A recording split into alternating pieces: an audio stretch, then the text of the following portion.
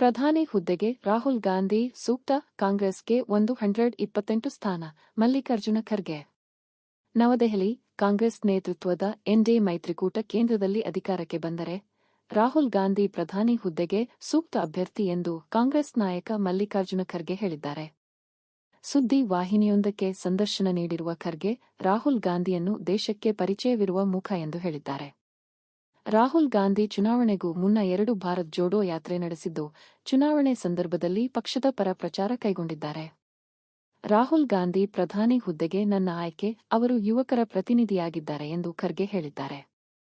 ಲೋಕಸಭೆ ಚುನಾವಣೆಯಲ್ಲಿ ಕಾಂಗ್ರೆಸ್ ಪಕ್ಷ 128 ಸ್ಥಾನಗಳನ್ನು ಗೆಲ್ಲಲಿದೆ ಎಂದು ಕಾಂಗ್ರೆಸ್ ಮುಖ್ಯಸ್ಥರು ಹೇಳಿದ್ದಾರೆ. ನಮಗೆ ಬಂದಿರುವ ವರದಿಗಳ ಪ್ರಕಾರ ನಾವು ಬಿಜೆಪಿಯನ್ನು ಮತ್ತೆ ಅಧಿಕಾರಕ್ಕೆ ಬರದಂತೆ ತಡೆಯುತ್ತೇವೆ ಎಂದು ನಮಗೆ ಖಚಿತವಾಗಿದೆ.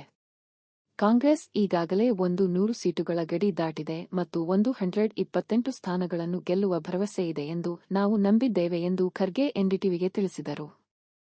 ಇಂಡಿಯಾ ಬ್ಲಾಕ್ ಒಟ್ಟಿಗೆ ಉತ್ತಮವಾಗಿ ಕಾರ್ಯನಿರ್ವಹಿಸಿದೆ ಎಂದು ಅವರು ಪ್ರತಿಪಾದಿಸಿದರು. ನಾವು ಮತದಾನದ ಸಮಯದಲ್ಲಿ ಮೈತ್ರಿಕೂಟದ ಪಕ್ಷಗಳಿಗೆ ಪರಸ್ಪರ ಸಹಾಯ ಮಾಡಲು ಪ್ರಯತ್ನಿಸಿದ್ದೇವೆ.